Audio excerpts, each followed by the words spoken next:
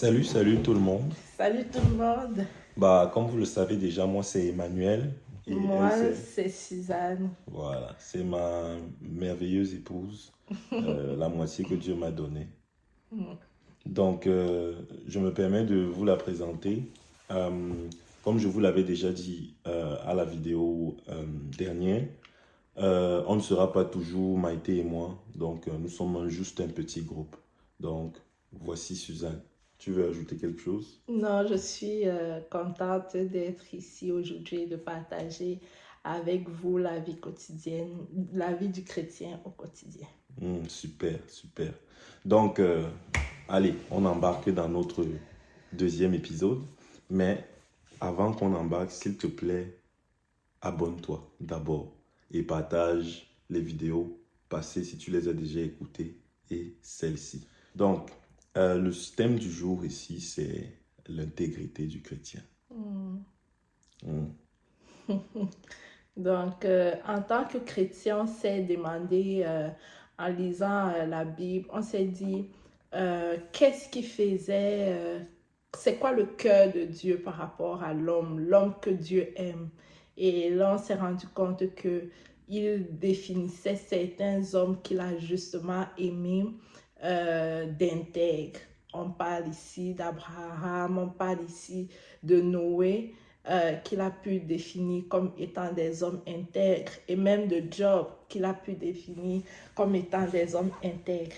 Alors on s'est dit que c'est sûr que c'est un caractère qu'on aimerait avoir au quotidien en tant que chrétien, de développer notre intégrité. Voilà pourquoi on en parle aujourd'hui.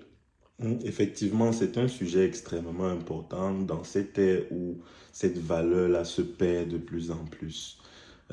Et sans plus tarder, moi, la première question qui me vient à l'esprit, ou je suis certain que la première question qui vous viendrait peut-être à l'esprit, c'est que à quoi est-ce que vous pensez quand on dit intègre? Par exemple, toi, quand tu entends le mot intègre, quels sont les adjectifs, les descriptions qui te viennent en tête? Je pense qu'un chrétien intègre, c'est un chrétien qui non seulement va dire des choses, des paroles morales, de valeurs, des paroles chrétiennes, mais aussi va le sentir à l'intérieur de lui et qu'il soit exposé ou bien qu'il soit dans le secret, c'est la même chose qu'il représente. Donc pour moi, c'est vraiment ça, l'intégrité, c'est de pouvoir à visage découvert, exposé, pouvoir être ce que tu es aussi dans le secret, pouvoir te présenter tel que tu es en J- toute intégrité finalement. J'aime beaucoup ça. C'est ça qu'on dit se présenter. C'est pour ça qu'on dit se présenter en toute intégrité. Tu es Mhm. la même chose à l'extérieur qu'à l'intérieur. Tu ne fais pas il il n'y a pas un Suzanne pour certains et une Suzanne pour d'autres. D'autres. Et moi, quand j'entends intègre, je pense à une personne est intègre, un homme est intègre. Ça veut dire qu'il est droit, il est juste, il est incorruptible, Mhm. il est honnête. Mhm. Le plus souvent, on dit c'est un homme bien. Mhm. Et c'est un homme de principe, c'est un homme de valeur. En fait, c'est toutes ces choses-là qui sont associées à l'homme qui est intègre, en fait. Mhm. Et moi, je trouve que si je dois décrire ou si je dois donner moi, c'est quoi les qualités les plus importantes d'un chrétien? C'est sûr que la base, c'est la foi. Mhm. Ensuite, bien entendu, le christianisme ou vivre avec le Saint-Esprit, ça produit l'amour. Mais Mhm. assurément, je qualifierais comme troisième qualité la plus importante l'intégrité. Est-ce que tu Mhm. penses que les qualités d'un chrétien, c'est la même chose que tu vois de ton côté? Exactement, exactement. Je pense que l'intégrité, c'est vraiment très, très important et ça va te permettre d'être dans l'excellence dans ta vie chrétienne, dans la mesure où tout ce que tu vas dire, c'est réellement ce que tu fais, que ça soit en public comme en privé. Et aussi l'intégrité, ce n'est pas le mot d'ordre des personnes qui sont parfaites, aucun homme n'est parfait, mais l'intégrité va te pousser à te présenter même aussi devant l'Éternel en reconnaissant justement tes imperfections et en essayant tout le temps de les changer. Donc, je pense que l'intégrité peut juste pousser à l'excellence, comme je disais tantôt. Mhm. J'aime beaucoup ce que tu dis. Et d'ailleurs, même Jésus lui-même, le sermon qu'il avait fait sur la montagne, quand on va lire Matthieu 5, verset 8, il dit, ils sont heureux ceux qui ont le cœur plus pur parce qu'ils verront Dieu. Mhm, Donc, c'est un peu ça aussi, être intègre, avoir le cœur pur, être innocent en fait. mhm, Et tu vois, ça c'est ce que la version parole de vie de la Bible dit. Là, si je tombe dans la version Amplified Version, ça dit a blessed spiritually mature are the pure in heart, those with integrity, moral courage and godly character. Donc, on parle vraiment de courage moral, mhm, d'intégrité et de caractère divin en bien. fait. Mhm, Parce que eux, ils verront Dieu. Donc, c'est quelque chose qui, tu as une façon de te comporter qui, tu n'es pas parfait, personne n'est parfait. Dans la Bible, on en connaît tellement. L'intégrité, c'est la base. L'intégrité n'est pas forcément associée à la perfection, mais l'intégrité, c'est refléter le caractère divin. sans porter de masque. Et aussi, comme une situation où ton intégrité peut te mener aussi, c'est que tu seras affermi par rapport à qui tu es réellement. Parce que si tu as l'habitude de rester intègre, les voix de l'ennemi ne vont pas venir te troubler. Parce que souvent, ça me fait penser à Job quand il perd tout. Il y a ses amis qui lui disent, renie l'Éternel. Il y a ses amis qui lui disent, tu es sûr que tu n'as pas péché contre Dieu. Et lui pouvait affirmer droit dans leurs yeux que ce qui m'arrive, c'est pas parce que j'ai péché contre Dieu. Donc, c'est son niveau d'intégrité qui pouvait lui rendre témoignage à lui-même finalement, parce que le Saint-Esprit te rend témoignage à l'intérieur de toi. Alors, tu ne seras pas souvent en train de flancher. Tu vas pas te mettre à demander pardon à tout le monde alors que tu n'as pas fauté. Et en même temps, tu ne vas pas rester dans le tort alors que tu as fauté. Donc, c'est ce que un caractère intègre, c'est à ce niveau, c'est à cette dimension-là que le caractère, l'intégrité t'affermit en fait dans ta personnalité et dans les défis que tu vis tous les jours. Donc là, tu ne seras plus en train de dire, est-ce que ça m'arrive parce que je n'ai pas assez bien, parce que je ne suis pas un... Non, là, tu seras fixé que, ok, ça m'arrive parce que c'est la volonté de Dieu de un, ou bien ça m'arrive parce que je suis sur les mauvaises voies et je dois me remettre sur le bon chemin. Merci beaucoup, Suzanne, pour cet excellent exemple de job que j'ai failli oublier moi-même. Mais tout à l'heure, euh, euh, quand je décrivais le verset de Matthieu 5, verset 8, qui parlait de courage moral, parce que pour être intègre, en fait, ça prend du courage. Mm, Donc, c'est comme tu l'aimes souvent dit, comme tu aimes souvent le dire, c'est s'affirmer. C'est mhm, l'affirmation de soi. mhm, Parce que je me souviens d'un film, par exemple, qu'on a regardé hier. Le film s'appelle As-tu la foi? Vous pouvez le taper sur YouTube. Un film chrétien très intéressant. Le gars, c'est un pompier et il y a un homme, il y a un gros arbre qui est tombé, a écrasé les pieds d'un homme et là, il était à deux doigts de perdre la vie ou à quelques secondes de perdre la vie et il allait perdre la vie. Et là, le pompier est arrivé, il a fait tout ce qu'il a pu pour sauver le gars, mais euh, il n'y avait pas de moyen de le sauver directement. Là, il n'y avait plus de moyen. Et là, le pompier, lui, il était chrétien. Et là, il dit, est-ce que tu veux accepter Jésus-Christ dans ta vie? Et là, à ce dernier moment-là, le monsieur accepte Jésus-Christ, mais après, il s'en va, il décède, quoi. Et là, on décide de poursuivre le pompier. Et on lui dit que si on te poursuit, tu vas tout perdre à la cour. Tu vas tout perdre à condition que tu renies ce que tu as fait et que tu dises que si tu te retrouves dans une situation pareille, tu ne le seras plus jamais. Et là, le pompier a décidé de s'affirmer jusqu'à la cour. Il a dit, même si j'avais la même occasion, je le referais. Parce que je suis chrétien et je pense que aller au ciel, être avec le Christ, c'est le plus important dans la vie. J'ai fait mon devoir, j'ai tout fait pour sauver le monsieur, je n'ai pas pu, mais au moins je pouvais sauver sa vie spirituelle. C'est pour ça que je dis que ça prend de l'affirmation. Mhm. Quand tu parles même de courage et d'affirmation, ça me fait penser à l'intégrité aussi des amis de Daniel et même de Daniel lui-même qui se retrouve dans la fosse au lion parce qu'il voulait honorer les préceptes qu'il avait reçus de Moïse ou bien de ses amis parce qu'il ne voulait pas honorer une statue d'or du roi de cette époque-là. Il se retrouve dans des flammes de feu. Tout ça, c'est l'intégrité qui va te donner finalement, même de Joseph, même qui décide de ne pas accepter les avances de la reine de Potiphar et finalement qui paye le prix. Donc tout ça, c'est un niveau d'intégrité qui fait que dans le noir, tu peux accepter des choses, mais parce que tu es intègre, tu refuses de le faire. Tu peux accepter de te mettre à genoux devant des statues, devant des choses, mais parce que tu es intègre devant l'Éternel, tu refuses de le faire. Tu peux accepter une corruption, mais parce que tu es intègre, tu refuses de le faire.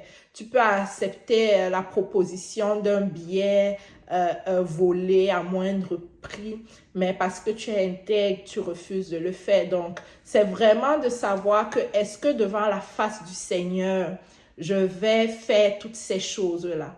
Mais personne ne peut se cacher de la face du Seigneur. Donc finalement, c'est vraiment ça l'intégrité. C'est que de toute façon, on ne peut pas fuir la face du Seigneur. Et de toute façon, la meilleure façon d'être intègre, c'est d'être vrai dans toutes les circonstances, en fait. Donc, Je bois toutes tes paroles, effectivement. Et je veux apporter un autre aspect. On ne naît pas forcément intègre. Quand on est d'abord chair et on est de nouveau avec le Christ. Et c'est le Saint-Esprit qui commence à nous transformer. Donc, ça veut dire, et si vous allez lire, je pense, Romains 1 ou Romains 2, Paul dit qu'il y a des gens qui sont naturellement intègres, mais ils ne connaissent pas Dieu. Et je suis sûr que vous en connaissez qui ne connaissent pas forcément Dieu, mais qui sont intègres. Ces personnes-là, vous ne pouvez pas les corrompre. Et c'est avec ce genre de personnes qu'on constitue une société forte. Je ne parle pas de ces personnes-là. Moi, je parle maintenant de la vie du chrétien. À un moment donné, dans la vie d'un chrétien, il faut être intègre. Quel que soit le niveau avec lequel on a commencé quand on était chrétien, il faut à un moment donné avoir une certaine intégrité et c'est le Saint-Esprit qui donne cette intégrité-là. Et moi, j'irais même plus loin à dire que c'est un fruit de l'Esprit. Donc, quand on va lire Galates 5, verset 22 et à 23, ça dit, au contraire, voici ce que l'Esprit Saint produit. Il produit l'amour, la joie, la paix, la patience, la bonté, le service, la confiance dans les autres, la douceur, la maîtrise de soi. Peut-être il n'y a pas exactement le mot intégrité, mais on ne saurait faire toutes ces choses que j'ai citées sans être intègre. Donc, c'est pour dire que, assurément, en travaillant avec le Saint-Esprit, en vivant sa relation quotidienne avec le Saint-Esprit de façon intense, on arrive à ce niveau-là où il y a certaines choses qu'on trouve répugnantes. Il y a certaines choses-là qu'on ne peut pas accepter. Il y a certaines choses-là avec lesquelles notre être est mal à l'aise. Et l'Esprit de Dieu, ce n'est pas un esprit de timidité. C'est un esprit d'affirmation, encore une fois de plus. C'est un esprit de courage. En fait, nous, en tant que chrétiens, la vie du chrétien au quotidien, c'est aussi une vie de témoignage. Donc, en étant intègre aussi, tu vas être un bon témoin. Et on va te donner bon témoignage dans tous les environnements où tu seras. C'est bizarre on te voit être chrétien, mais disons avec tes amis, tu n'es pas cette personne intègre là. finalement tes amis seront perdus, ils seront comme, est-ce qu'elle est sauvée ou est-ce qu'elle est chrétienne, est-ce qu'elle croit réellement en Dieu ou pourquoi ces doubles faces ils seront perdus en fait si finalement tu n'es pas intègre. Donc, ça serait vraiment une meilleure façon d'être un bon témoin que d'être intègre en fait. Moi, j'irais même plus loin dans ce qu'elle dit. L'intégrité, c'est la valeur la plus importante dans l'éducation de vos enfants, si vous en avez, Mhm, ou votre famille, ou vos mhm, collègues au mhm. Et c'est même travail. la meilleure évangélisation C'est la aussi. meilleure évangélisation. Tu n'as pas besoin forcément de parler de Jésus, mais ta façon de D'être. vivre témoigne de qui Jésus est. On sait Mhm, qu'avec toi, on ne peut pas discuter ou parler de certaines choses à mhm. cause de ton Ton intégrité. intégrité. Et c'est pas parce ne pense pas que quand les autres ne te parlent pas de certains sujets, c'est parce que t'es pas important ou c'est parce que tu ne mérites pas d'entendre certains sujets, mais c'est aussi une marque de respect. De respect, on respecte ceux qui sont intègres. Et Mhm. le plus souvent, ceux qui auront des grosses tâches, des gros mandats, c'est ceux-là qui sont intègres. Mais laissez-moi parler de l'intégrité dans l'éducation. Le site des Nations Unies, ça en parle un peu. Euh, UNICEF, je pense. L'intégrité est associée au bonheur, à l'estime de soi, à la confiance, autant de qualités qui peuvent aider les enfants et les jeunes à ne pas adopter des comportements à risque. Un autre point, c'est que l'intégrité apprend aux enfants à assumer les conséquences de leurs actes et les aide à prendre des décisions éclairées tout au long de leur vie. Donc, il y en a tellement, mais en se comportant de façon intègre, on est un exemple pour nos enfants. Quand mon fils me voit me comporter de façon juste, Mhm. de ne pas prendre un parti pour l'autre qui n'est pas fondé ou je sais pas quoi, lui aussi il C'est un peu apprend. comme Hein. si tu dis à ton enfant devant les gens que ah, c'est pas bien d'insulter, il faut pas insulter, il faut pas être violent. Mais toi, à la maison, à peine tu es entré dans la maison, tu insultes ton voisin, tu es violent avec ta femme ou avec quelqu'un d'autre. Donc, ça montre justement que finalement, tu n'es pas intègre entre ce que tu dis, ce que tu veux enseigner à ton fils et finalement ce que tu fais. C'est là que finalement, comme il dit, c'est une meilleure façon d'éduquer ses enfants en tant que chrétien, d'être intègre. Et puisqu'on parle même de la vie chrétienne au quotidien, qui est le thème de la chaîne, en fait, il faut parler de comment s'habille le chrétien. C'est quoi, Mhm. comment dit, c'est quoi comment le chrétien se vêtit spirituellement. Et là, on parle d'Éphésiens C'est un 6 autre 13 sujet. à 15 qui dit, c'est pourquoi prenez toutes les armes de Dieu. Dans les mauvais jours, vous pourrez résister, et ainsi de suite. Et mettez la justice comme cuirasse. D'autres versets disent, mettez la droiture comme cuirasse. Avec une ceinture de vérité, le casque du salut, ainsi de suite. Mais ça dit que tu t'habilles avec la droiture. Donc ça veut dire, la droiture, c'est l'intégrité. Tu es droit. Tu es juste. Donc, c'est ça l'habit du chrétien au quotidien, en fait. C'est pour ça que les armes du chrétien, comme la Bible le décrit dans Éphésiens 6, tu ne peux pas être chrétien si tu ne t'habilles pas comme ça. Donc, imagine-toi toujours avec, si moi j'ai une veste, un t-shirt et un pantalon, c'est tout ça que la Bible appelle la cuirasse. Je m'habille avec un manteau de justice, avec un manteau d'intégrité. C'est ça en fait que ça veut dire l'intégrité. On ne peut pas être chrétien si on n'est pas juste, si on n'est pas droit, si on n'est pas intègre. C'est ça que je voulais parler en termes du vêtement spirituel du chrétien qui est l'intégrité en fait. Mm. Mm. Donc, Donc voilà, moi je pense que on a élagué le sujet de long en large pour le moment. C'est sûr on peut en dire encore beaucoup plus. mhm. Si on commence à parler ici, je suis certain N'hésitez qu'on ne va pas pas à s'arrêter. chaque fois qu'on parle d'un thème de faire vos recherches aussi. Je suis sûre que si vous tapez sur Internet, ça va vous montrer des versets bibliques.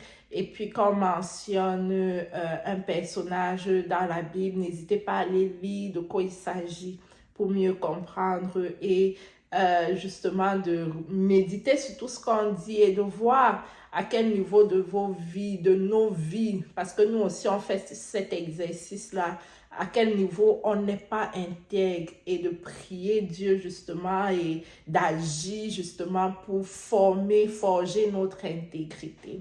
Moi, je vais finir par un mot d'encouragement qui vient de la bouche du roi David lui-même, à travers le psaume 84, verset 12. J'aime bien le psaume 84 d'ailleurs.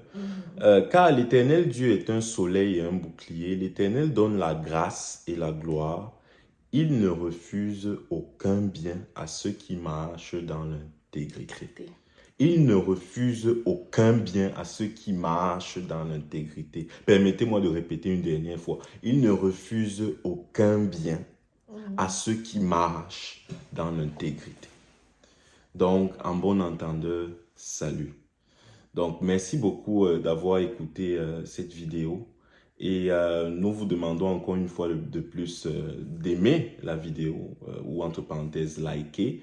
Partagez-la avec vos proches et nous avons aussi hâte d'entendre, comme elle vous le disait, ce que vous pensez sur le sujet. Et surtout, n'hésitez pas à vous abonner à la chaîne. Donc, en moyenne, toutes les 3 semaines à un mois, il y aura un épisode qui sortira. Donc, merci beaucoup d'avoir été nombreux à écouter. Et nous vous souhaitons une excellente journée. Et d'ailleurs, j'allais oublier que moi, je ne sais pas partir sans laisser une parole de bénédiction. Donc, je vous le dis, que le Seigneur Jésus-Christ t'inspire, que le Seigneur Jésus-Christ t'enseigne à être intègre si tu ne l'es pas encore ou si tu as encore des progrès à faire. Que le Seigneur Jésus-Christ te donne son caractère divin afin que tu puisses être au-dessus des situations qui te dévient de l'intégrité, afin que tu gardes toujours le droit chemin, les yeux rivés vers lui, au nom de Jésus-Christ. Amen.